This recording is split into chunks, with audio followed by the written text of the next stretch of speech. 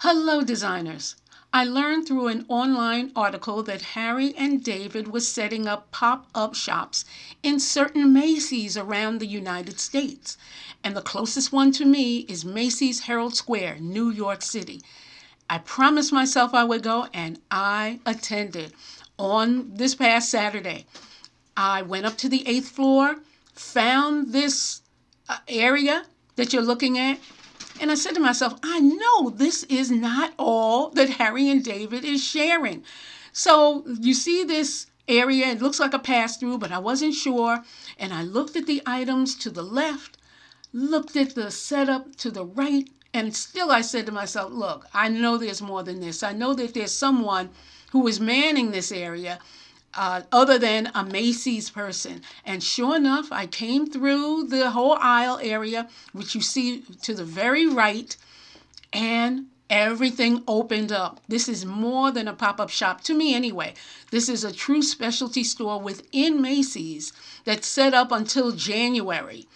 This is a part of the Harry and David setup, and I wanted to show this to you because when you see and recognize that there is a pop-up shop that has gift baskets or gift-related merchandise, you want to see what it looks like, what they're selling, what the whole frame of mind looks like in the whole store, what kinds of items that they are showing and using as their supplies and their equipment.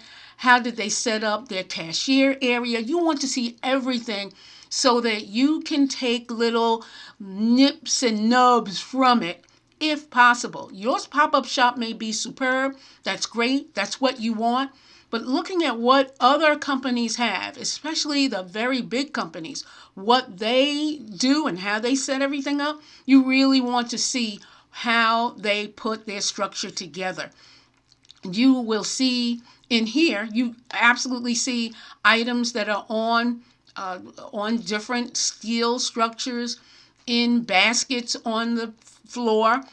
And they can be on the floor here because the floor is maintained. It's not just cement. It's not outside or anything like that. Let me show you some other photographs.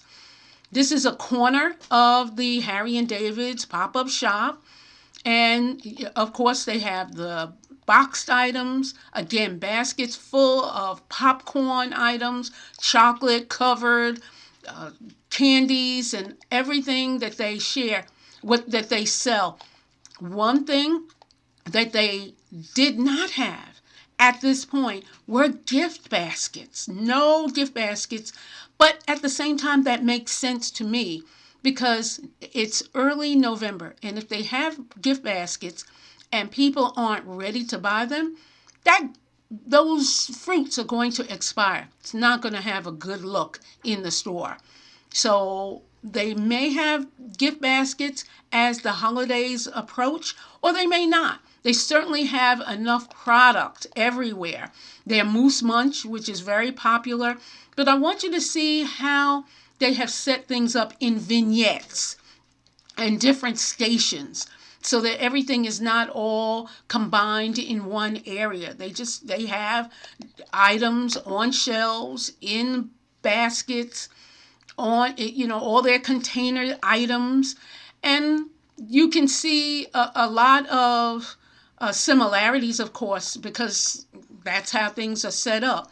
So that if one disappears because somebody has purchased it, there is plenty more here to choose from.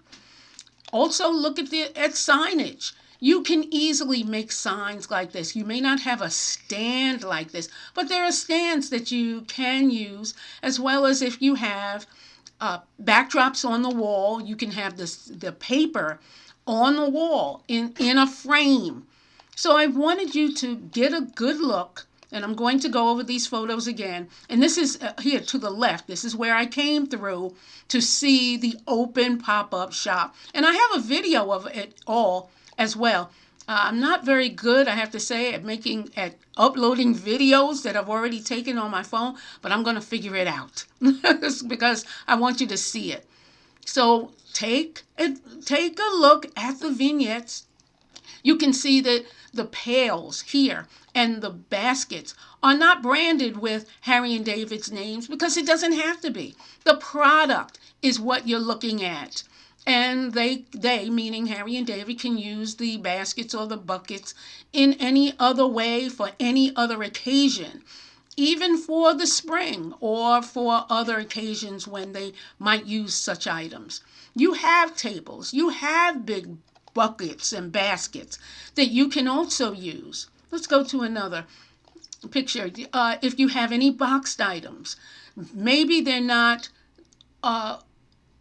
on each other this way, just an uprise of items, but maybe they are because you have that much inventory to share. Of course, Harry and David, not of course, but Harry and David has preserves and other kinds of spreads. Maybe you don't have that, and it's okay. Though maybe you have it in your baskets or boxes, but also consider when you have a pop-up shop, a customer might want the preserves or the jams that you place into your baskets or boxes. And if you have extra inventory, you can set them up as individual items for people to buy. To keep that in mind.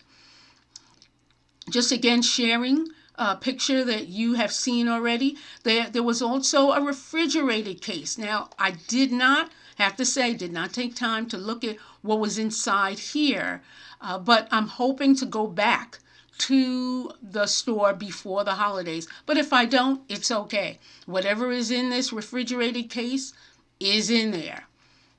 Again, just a look at what the setup looked like. Again, going back to the entrance and how items are set up on the right side of the entrance, on the left side of the entrance, just to give you a look at how the ribbon is placed. That there are some baskets with items that are not fruit based, with the towered treats that are in this section of the Harry and David pop-up shop.